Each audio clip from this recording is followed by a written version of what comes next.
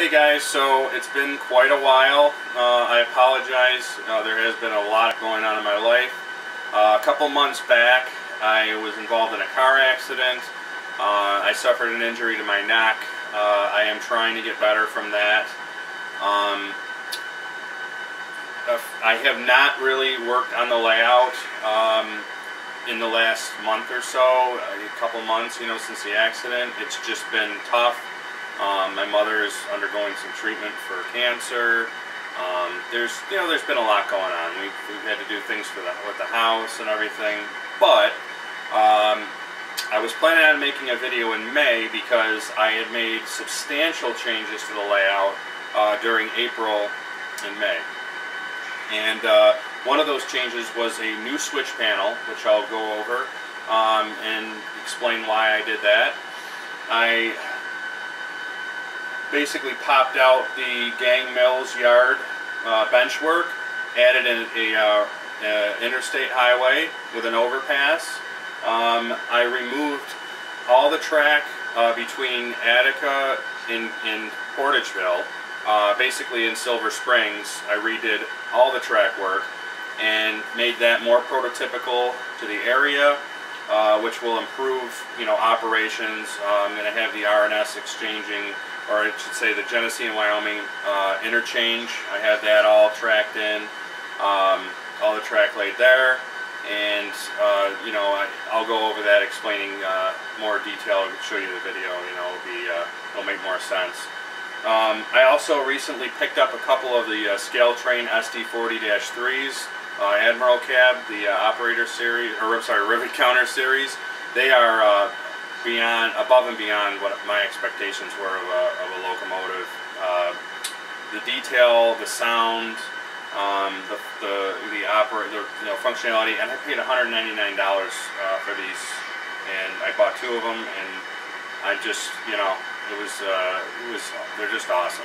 That's all I have to say. So I'm going to go over that, and that's pretty much it. So thanks again for watching, and let's start here with the switch panel. Alright, so in the previous video, or maybe the first video I made, I went through and kind of explained my layout operations, and just went through and explained and showed you guys the entire layout. You may have noticed that switch panel did not have any indicator lights designating what track or what position the switch was thrown in. So was it normal? Or was it thrown normal, or was it diverging? And now I have these lights, indicator lights. Basically ripped out the old panel, and I made this on Microsoft Paint. I had it printed at Staples, and then I used a piece of 1/4-inch plexiglass for the face, and obviously wood is the wood framing for the housing of all the wires. There is a ton of wires in here. I tried to be as neat as possible, but at the same time I needed to leave slack in the wires so I can get access to the back of the switch panel in the event that I needed to make a repair. It was rather straightforward. There was a learning curve. I'd never made any switch panels that like this before, with LEDs and everything. So the wiring was relatively straightforward. I just wanted to be as, drilling the holes straight and all that stuff was a little bit more of a challenge, but it worked out fairly well. Everything came out really nice.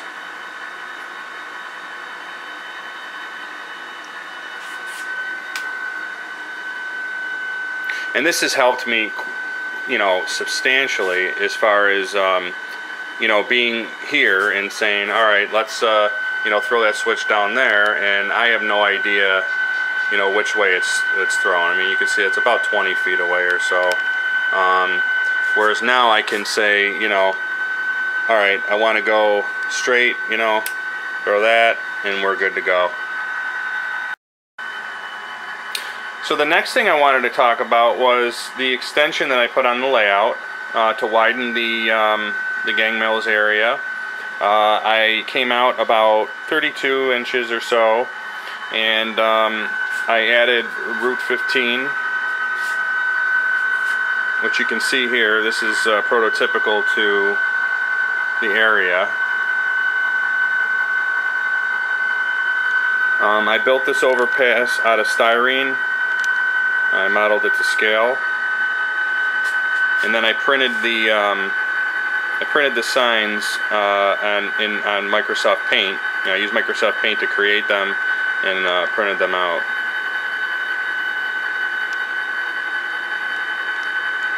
And I think it came out pretty nice. I also made these rest stop signs. I went on Google Maps and I followed the road. They are there, you can see. Okay, and then I built this this overpass here. And basically this was all out of styrene. I did use some of the Rick's products, bridge barriers. And this comes right out. So you can see that. And let's see, I built these abutments, bridge abutments. These are scratch built. Still working on it, you know. I gotta touch up some areas, obviously, touch up the road a little bit, but I think it came out pretty nice.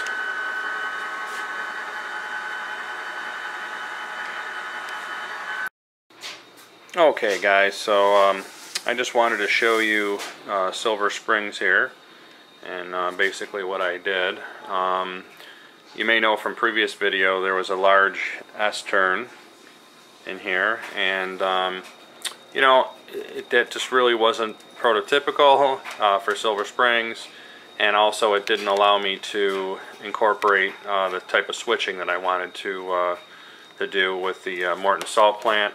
And also being able to bring the Rochester or the Genesee and Wyoming Railroad to interchange here with the Norfolk Southern.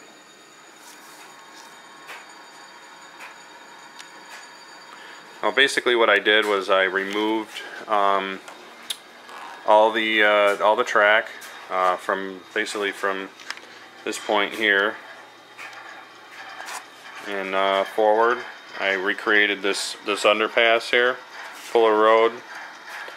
I'm also going to be, I have a layout drawing here that I did on the computer, just giving you an idea before I actually perform this change. I laid it out to see with the distance I had how it needed to be done.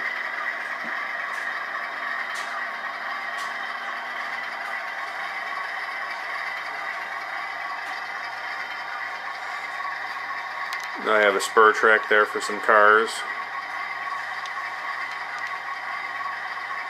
and that'll give me you know, room to drop some salt cars down here from the R&S, exchange them with Norfolk Southern, and vice versa.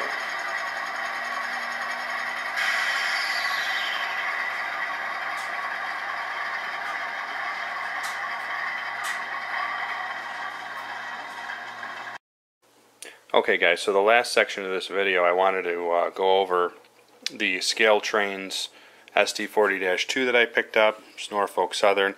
I may have mentioned in the beginning of this video that it was an SD40-3. That was an error of mine.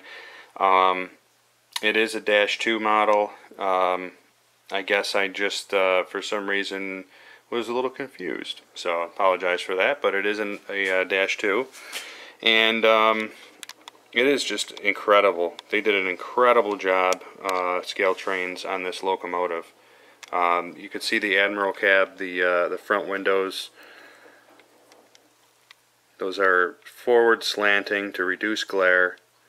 This was something that was advised as an option by an admiral of the Navy that currently works at for the Norfolk Southern. I believe he's on the board somewhere, but anyway, very cool. This cab in real life weighs about 12,000 pounds, a little over that. And just a comparison, the standard Norfolk Southern cab, or any standard SD40-2 cab, weighs about 3,000 pounds. They made this cab, they built it, I believe it's all one piece, and it is 1-inch thick steel. Obviously a safer cab than the previous version. According to Norfolk Southern it is. Hopefully you'll have to find out. Let's see, we got, front ditch lights. Obviously MU hoses, pretty much everything that you can see on most engines today, but they just went a little bit above and beyond with the details. Rear ditch lights, these also alternate.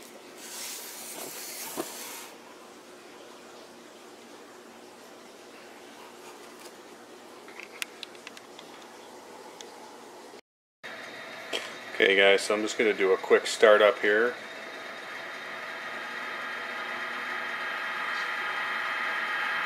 They'd be pushing function 8. You can hear the engine starting.